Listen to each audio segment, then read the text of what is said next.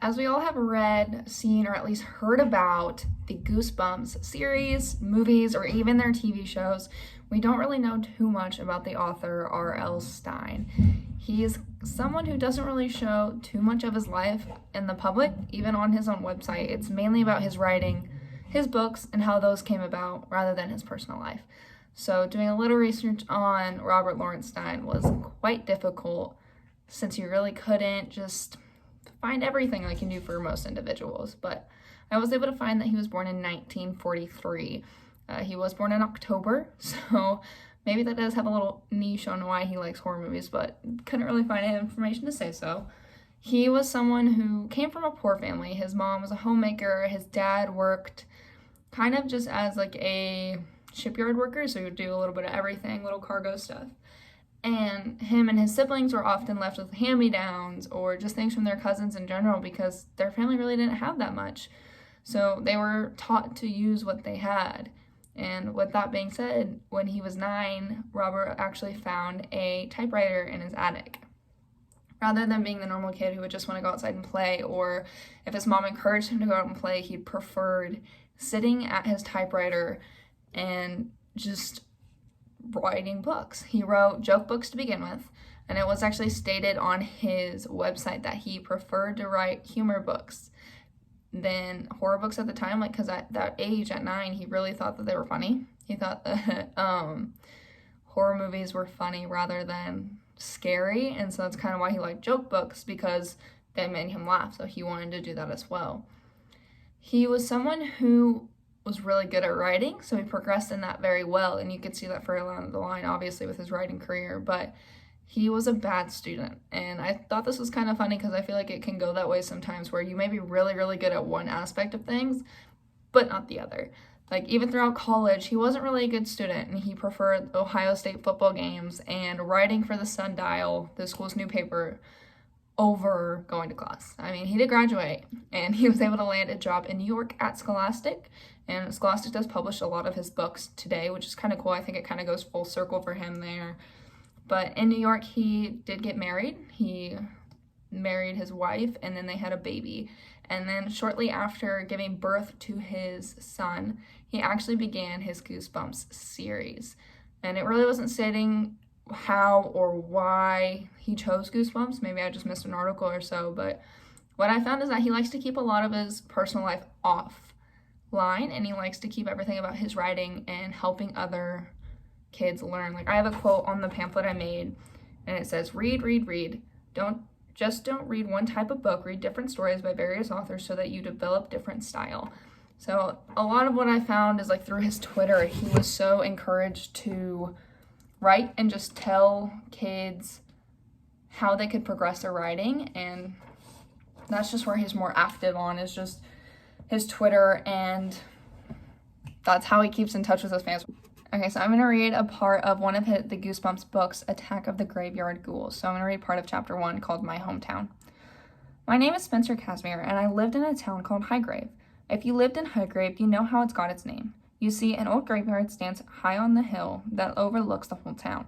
You can see the graveyard from just about anywhere. From Main Street, from my classroom, I can even see it from my bedroom window. If you live in Highgrave, you can't escape the graveyard. Even on the sunniest days, they aren't really sunny here. Highgrave Hill casts a deep shadow over the roads, the buildings, the treetops down below. On clear days, you can look up and see the old gravestones on the top of the hill. They gleam like crooked teeth in the tall green grass. At night, when the moon hangs low over the hill, the graveyard becomes a frightening place. An eerie gray mist clings to the hill, and the gravestones appear to float free. Yes, the old gravestones seem to float by themselves, to float over the shimmering mist, to float over the town, over my house at the bottom of Highgrave Hill. I guess that's why I have nightmares. I cleared my throat and lowered the pages of my essay to my side. Reading the paper in front of the whole class really makes me nervous. My throat felt like as dry as sandpaper, and my hands were so wet they smeared the ink off the pages. Very good writing, Miss Webster said, nodding. She and her hands grasped tightly on her desk. Good description, Spencer. Don't you agree, class? A few kids muttered yes. My friend Andrea Rosneus smiled and flashed me a thumbs up. Behind her, Frank Foreman yawned really loudly. That caused his pal Buddy Tanner to burst out laughing. A few other kids laughed too. Mrs. Webster narrowed her eyes at Frank, then she turned back to me. Go on, read the rest, Spencer. I glanced up at the big clock above the chalkboard behind her. Are you sure there's time? The next part of the paper was getting personal. Kind of embarrassing, and I knew it would probably give Frank and Buddy a good laugh. Like the last paper I had read to the class. I wrote about the only thing in the world that terrifies me. Spiders. Frank and Buddy never let me forget that. After I read it, I found a spider in my desk every morning for a month. Read until the bell, Mrs. Webster insisted. I cleared my throat again and started reading. Some nights I dream about the graveyard ghouls. Everyone in my family dreams about them. One night, my 8-year-old brother Jason woke me up screaming, They're coming to get me! They're coming to get me! It took a long time to convince Jason it was just a dream. My little brother and sister, Remy and Charlotte, also have nightmares about the graveyard ghouls. And I dream that the ghouls rise up from the old graves, float down the hill. They float into the foggy mist on the side of the hill and wait there, hiding, waiting for innocent victims to come by. So that's just a small excerpt of chapter 1. I didn't want to read the whole thing because that is one of the longer chapters, but I thought that would be a good cliffhanger just to stop at. Something else I did kind of want to discuss, because R.L. Stine is so into helping other writers improve and helping other writers learn how to be the best version of writing they can be. And obviously you make mistakes and you write books you probably don't like in the end, but something that I want to do for my kids, or an activity I would give to my class, would be for them to create their own book. So I made this like little paper, just has the basic name stuff, and then 4 little blocks. Since Stine began with short stories, so I couldn't find exactly how long they were, but they were just short joke books.